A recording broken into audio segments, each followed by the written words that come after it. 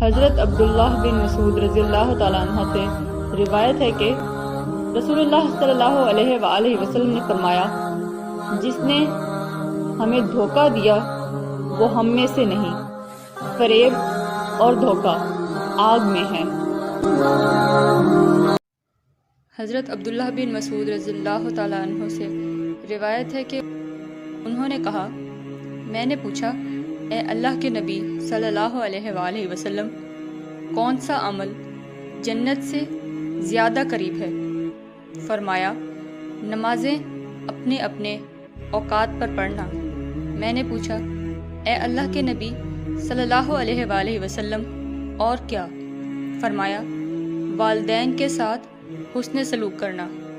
میں نے پوچھا، اے اللہ کے نبی صلی اللہ علیہ وآلہ وسلم، اور کیا؟